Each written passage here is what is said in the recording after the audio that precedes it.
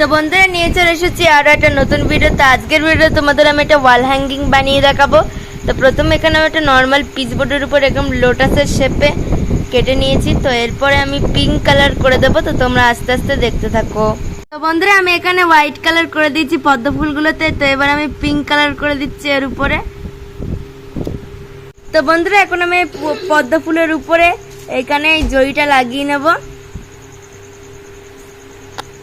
তো বন্ধুরা আমি এখানে একটা লটকন লাগিয়ে দিয়েছি আর এখানে আমি একটা বিটস নিয়ে নিয়েছি। তো এরকম করে প্রত্যেকটা বিটস এরকম লম্বা লম্বা করে গেঁথে নিব।